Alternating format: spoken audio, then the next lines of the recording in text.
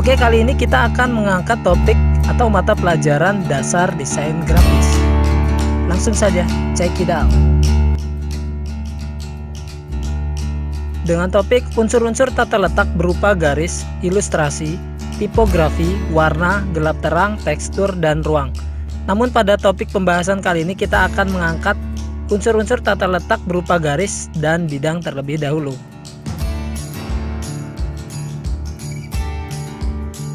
Nah, kompetensi inti yang akan kita angkat pertama pada 3.1 adalah mendiskusikan unsur-unsur tata letak berupa garis dan bidang. Dan kompetensi dasarnya 4.1 menempatkan unsur-unsur tata letak berupa garis dan bidang. Jadi untuk ilustrasi, tipografi, warna, gelap terang, tekstur, dan ruang akan kita bahas pada pertemuan atau materi yang selanjutnya. Next. Nah, untuk tujuan pembelajarannya, yang pertama menjelaskan jenis unsur-unsur berupa tata letak desain grafis, yaitu tadi ya, garis dan bidang. Dan yang kedua, menjelaskan unsur-unsur berupa tata letak garis dan bidang tadi. Selanjutnya, menjelaskan unsur-unsur berupa tata bidang atau shape. Next. Untuk teknik penilaian yang akan kita ambil nanti, yaitu tes secara tertulis atau uraian atau pengetahuan. Dan yang kedua, dari hasil atau produk. Produk ini adalah hasil karya desain grafis atau outputnya ya. Dan untuk metode pembelajarannya, kita dapat melaksanakannya secara diskusi, tanya jawab, dan penugasan. Oke, mari kita masuk ke materi pelajaran. Ya, garis atau sering disebut sebagai line. Nah, untuk pengertiannya, garis merupakan rangkaian yang tersusun dari titik-titik yang menyambung dari kerapatan tertentu. Nah, untuk garis sendiri, ia memiliki sifat memanjang dan memiliki arah tertentu. Nah, walaupun memiliki unsur ketebalan, namun sifat yang paling menonjol adalah dimensi panjangnya, sehingga sering disebut sebagai unsur satu dimensi. Nah, untuk garis sendiri, ia juga bisa dimaknai sebagai batas limit dari suatu bidang dan warna. Untuk terbentuknya, garis merupakan gerakan dari suatu titik yang membekaskan jejaknya sehingga terbentuk suatu goresan. Nah, garis juga bisa membawa karakter yang elastis, kaku, dan tegas tergantung pada media, teknik, dan tempat membuatnya ya. Jadi sampai di sini sudah paham belum mengenai garis? Mungkin di sekitar kita sangat sering ya menjumpai garis. Next. Ya, garis dapat dibagi menjadi dua ya, yaitu garis alamiah atau garis cakrawala alam yang dapat dilihat sebagai batas antara permukaan laut dan langit. Nah, mungkin di sekitar kalian sangat sering menjumpai garis alamiah ya, yang tercipta secara alami. Sebagai contoh, kalian ketika melewati sebuah pantai, kalian akan melihat garis batas antara pantai dan daratan atau pantai dan pegunungan ya. Nah, yang kedua adalah garis buatan. Nah, yang ini terdiri menjadi dua, yaitu garis yang sengaja dibuat. Contohnya garis hitam pada gambar ilustrasi untuk menciptakan bentuk dan figur.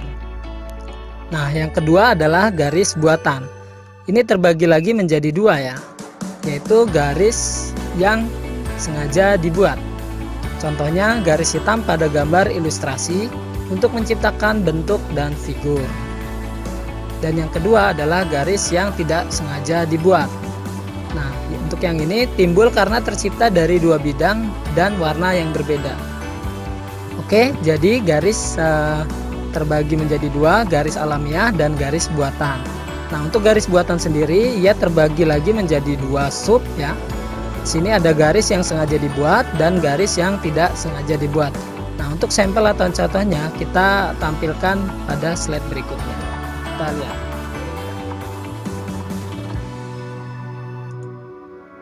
Nah, di sini ada contoh atau sampel dari gambar tersebut. Di sini saya menampilkan contoh atau ilustrasi dari gambar sepeda. Nah, menurut kalian ini termasuk ke dalam contoh garis yang manakah? Ya, betul. Jika kalian menjawab ilustrasi sepeda ini termasuk ke dalam garis yang sengaja dibuat, maka jawaban kalian sangat tepat. Karena ilustrasi sepeda ini memang dibuat dari garis atau line menggunakan aplikasi CorelDRAW atau Adobe Photoshop atau Adobe Illustrator dan sebagainya. Next. Nah, untuk contoh atau sampel yang kedua di sini saya menampilkan ilustrasi gambar atau foto laut ya, beserta pegunungan. Nah, menurut kalian ini termasuk ke dalam ilustrasi atau garis yang manakah? Ya, jika kalian menjawab ini sebagai atau termasuk ke dalam garis alamiah, maka jawaban kalian sangat tepat. Mengapa gambar atau ilustrasi laut dan pegunungan ini termasuk ke dalam garis alamiah? Karena di sini ada air permukaan laut ini, dan di sini ada pegunungan. Nah, secara tidak sengaja di sini tercipta sebuah garis yang tercipta secara alamiah ya. Nah, ini ada laut atau air laut. Nah, di sini tercipta sebuah garis. Di sini juga ada pegunungan. Di sini tercipta sebuah garis ya, walaupun di sini lengkuk, namun tetap saja ia disebut sebagai garis ya. Next, ada gambar yang selanjutnya. Nah, untuk gambar atau ilustrasi yang ketiga, di sini ada tumpahan cat ya, atau ilustrasi 3 warna cat. Di sini ada warna biru, merah, dan hijau. Nah, untuk yang ketiga ini atau ilustrasi sampel yang ketiga ini termasuk ke dalam garis yang tidak sengaja dibuat. Nah, walaupun tumpahan cat ini memang sengaja dibuat untuk mungkin mengecat rumah atau tembok, namun secara tidak sengaja garisnya tercipta. Nah, di sini ya, di sini ada garis tercipta secara tidak sengaja. Nah, maka ini termasuk ke dalam sub yang garis buatan, namun yang tidak sengaja dibuat. Jadi saya ulangi, untuk ilustrasi gambar sepeda ini ya termasuk ke dalam garis buatan yang sengaja dibuat, karena kita dapat membuatnya melalui CorelDRAW, Adobe Photoshop, Adobe Illustrator, dan lain sebagainya. Ciptalah sebuah ilustrasi sepeda ya. Nah, untuk gambar atau ilustrasi yang kedua di sini ada pemandangan alam, laut, pegunungan ya, dan langit tentunya. Di sini tercipta sebuah garis secara alamiah. Nah, di sini ada permukaan laut dan pegunungan, tercipta sebuah garis yang secara alamiah terbentuk ya.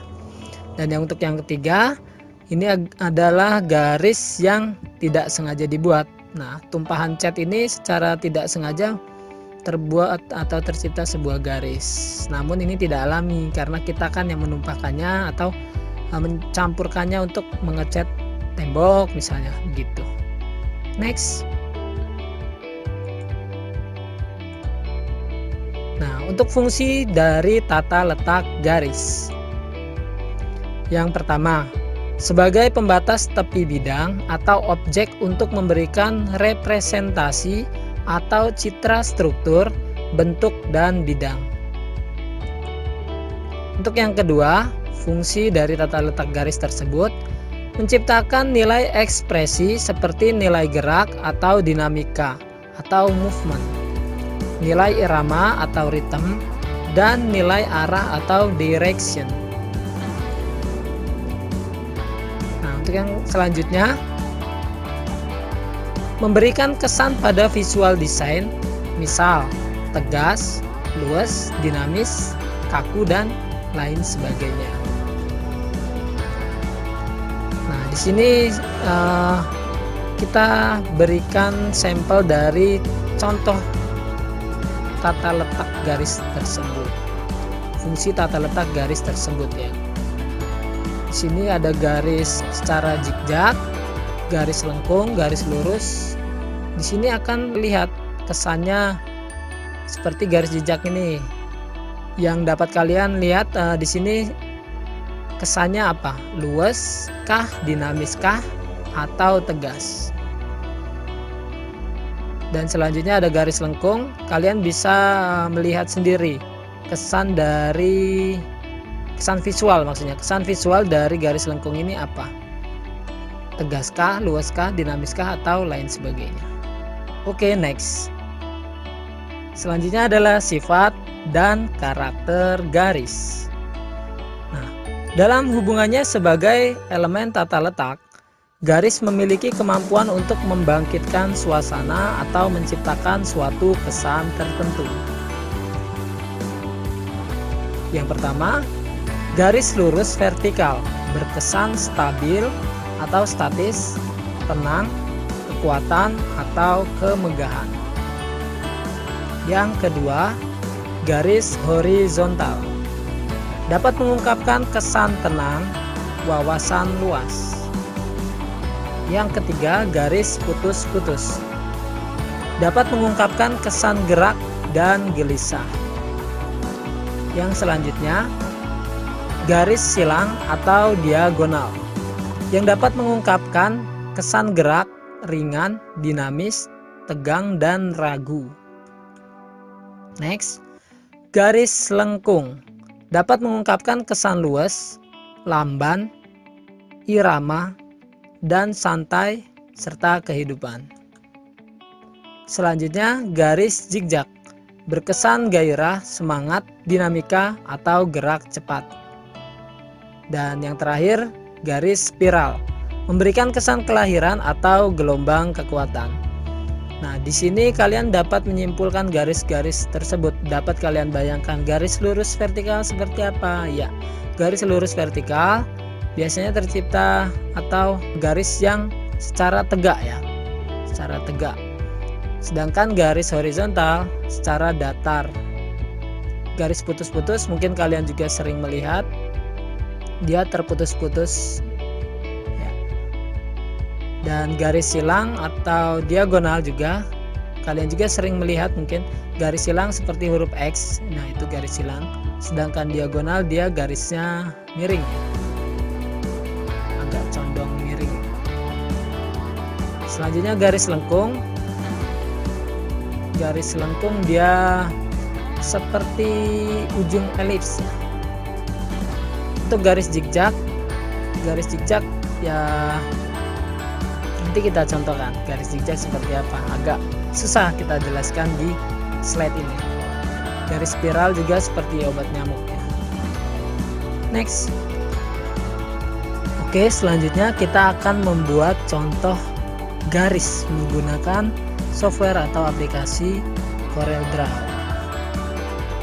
Jika kalian sudah memiliki aplikasi CorelDRAW-nya, silahkan kalian buka dan pilih New Document untuk membuat dokumen baru. Nah, jika ada tampilan seperti ini, Create a New Document. Ini boleh kalian beri nama atau dibiarkan saja seperti itu.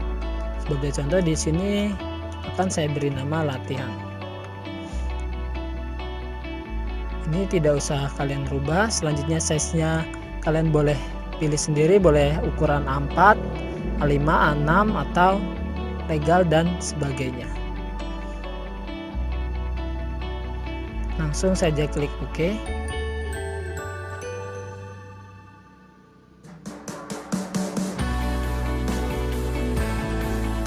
Nah, setelah diklik OK, maka otomatis akan terbuka sebuah lembar kerja ya. Di sini lembar kerjanya kebetulan tadi kita memilih dengan ukuran kertas A4 dan secara potret atau memanjang ya, memanjang tegak. Setelah itu kita double klik pada rectangle tool atau dapat mengklik F6. Double klik. otomatis tercipta sebuah bidang ya. Selanjutnya, untuk membuat sebuah garis menggunakan CorelDRAW, kita dapat menggunakan tools yang bernama freehand atau freehand tool. Kebetulan di sini saya menggunakan CorelDRAW X7. Jika menggunakan CorelDRAW X7, kalian dapat menemukan freehand tool pada baris ke-5 ya. Jadi pada baris ke-5 kalian akan menemukan freehand tool. Ini 1, 2, 3, 4, 5. Nah, untuk cara cepatnya menggunakan freehand tool, kalian dapat menekan F5 atau kita klik freehand toolnya atau F5 ya. Kalian dapat membuat garis sedemikian rupa sesuai keinginan kalian tentunya. Sebagai contoh di sini akan membuat garis. Nah, tercipta sebuah garis secara diagonal.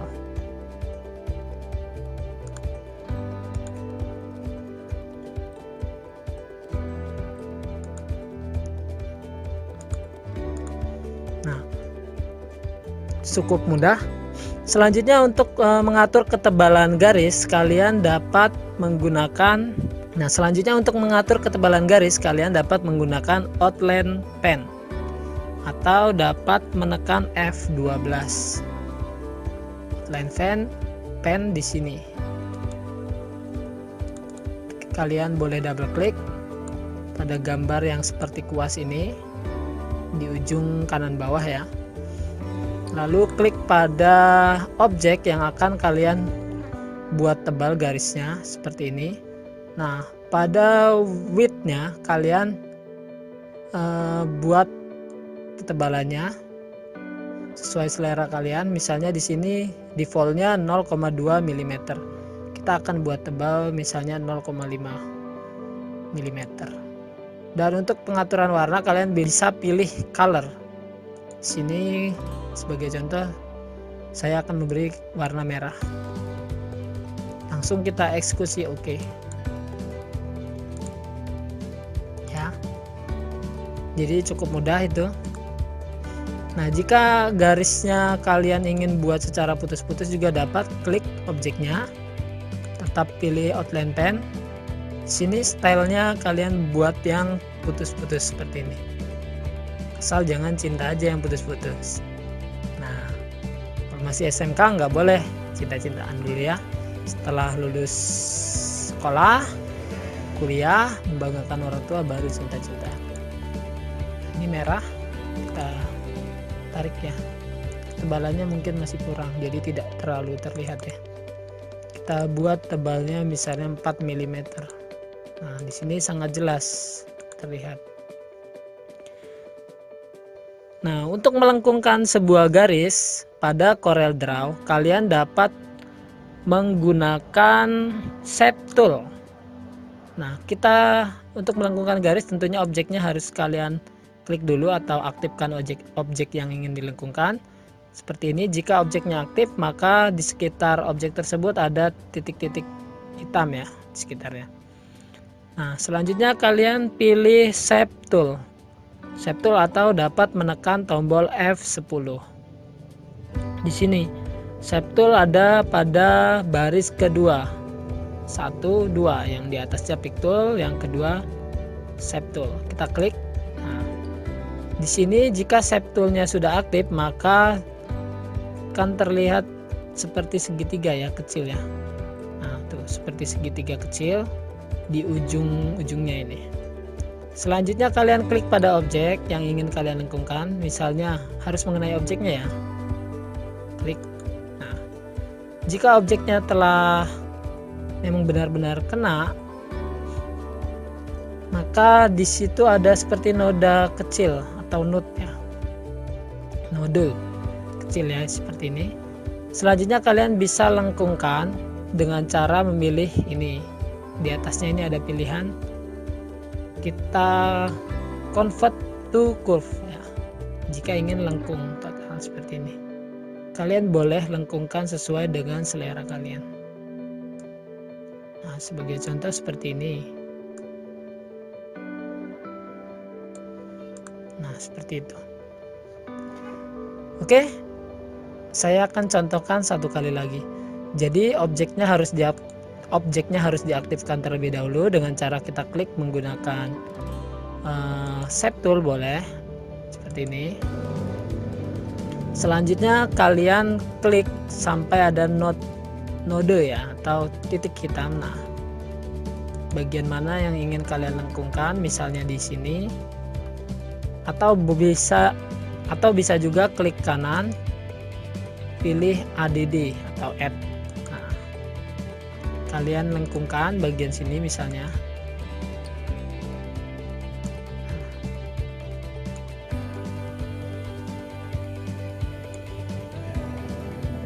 Ini klik lagi kanan, add.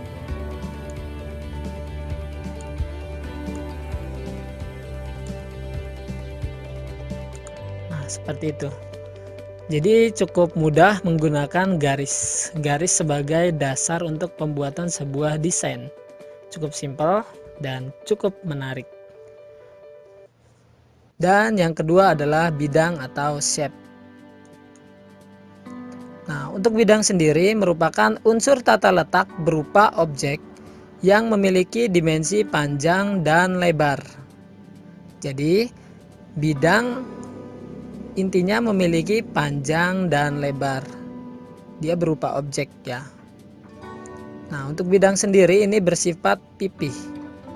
Sedangkan yang memiliki panjang, lebar, dan tinggi disebut sebagai bentuk atau yang memiliki volume. Nah, mungkin dalam kehidupan sehari-hari kita sering salah sebut ya. Mungkin kita sering menyebut yang memiliki panjang, lebar, dan tinggi sebagai bidang, padahal itu salah. Jika dia termasuk ke dalam bidang, maka ia hanya memiliki panjang dan lebar dan ia bersifat pipih gitu. Tapi jika dia memiliki panjang, lebar, dan tinggi atau memiliki volume, ia dapat disebut sebagai bentuk. Jadi cukup berbeda. Next. Nah, bidang bersifat 2 dimensi, sedangkan bentuk memiliki 3 dimensi. Nah, jadi bidang atau yang berbentuk pipih itu hanya memiliki 2 dimensi. 2 dimensi artinya dapat dilihat dari depan, sedangkan yang bersifat 3 dimensi ia dapat dilihat dari depan, kanan, kiri, belakang ya, atau memiliki volume tadi ya. Itu sebagai bentuk. Next. Nah, untuk bidang maupun bentuk terdiri dari berbagai macam, yaitu bidang geometris, bidang biomorfis atau organis, bidang bersudut, dan bidang tak beraturan. Next. Nah, berikut adalah contoh bidang beraturan. Yang pertama adalah kotak atau rectangle. Yang kedua ada lingkaran atau circle. Yang selanjutnya ada segitiga atau triangle. Nah, ini termasuk ke dalam contoh bidang yang mana? Ayo silakan kalian jawab. Ini termasuk ke dalam bidang yang mana?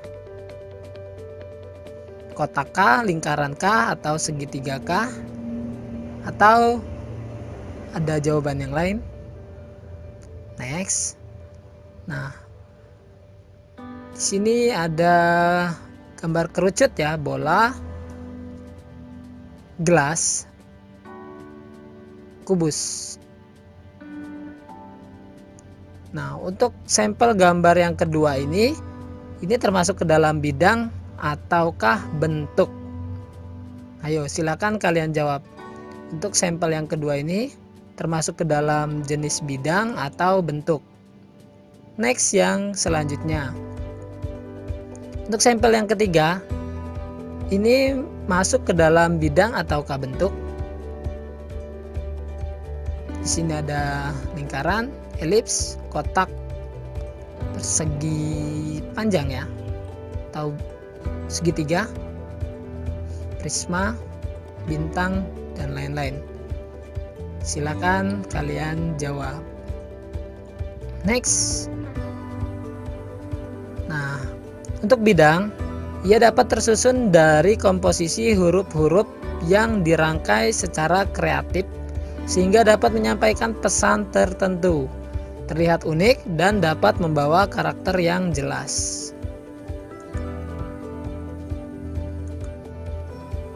Nah, sebagai contoh di sini ada sampelnya nih. Ini adalah komposisi huruf-huruf yang secara kreatif dapat kita bentuk. Nah, di sini menyampaikan pesan yang sangat unik ya. Kalian dapat membuatnya menggunakan aplikasi atau software CorelDRAW, Adobe Illustrator ataupun Photoshop. Nah, di sini juga kalian nanti dapat membuat bidang ini ya. Cukup simpel namun menyampaikan kesan atau seni tersendiri ya, yang dibentuk secara kreatif tentunya. Oke, next. Selanjutnya, bidang dapat dibagi menjadi dua, yaitu bidang alamiah, contohnya bidang lapangan atau taman, bidang sawah, bidang langit, bidang laut, dan sebagainya. Mungkin kalian sangat sering menjumpai bidang tersebut ya, terutama yang masih tinggal di pedesaan. Kalian akan sangat sering menjumpai bidang sawah atau bidang lapangan yang secara alamiah terbentuk. Selanjutnya ada bidang buatan dan terdiri dari dua jenis lagi. Di sini ada bidang yang sengaja dibuat, contohnya bidang lukisan, bidang segitiga, dan bidang lingkaran. Next, ada bidang yang tidak sengaja dibuat. Nah, untuk bidang yang ini timbul karena pembubuhan warna, cahaya, atau tekstur. Next. Sifat dan karakter bidang. Nah, untuk yang pertama di sini bidang horizontal dan vertikal, memberikan kesan tenang, statis, stabil, dan teratur. Yang kedua, bidang bundar, yang memberikan kesan santai, kadang stabil, kadang gerak. Yang ketiga, bidang segitiga, memberikan kesan statis maupun dinamis. Dan yang terakhir, bidang bergelombang, memberikan kesan irama, kehidupan, dan gerak. Sampai di sini sudah jelas. Jika belum jelas, maka akan kita bahas pada pertemuan berikutnya, atau kalian dapat komentar di kolom yang telah disediakan. Dan nanti juga saya akan men-share materinya pada Google Classroom. Kalian dapat mendownload untuk materi pembelajaran kalian. Pada topik selanjutnya kita akan mengangkat topik ilustrasi.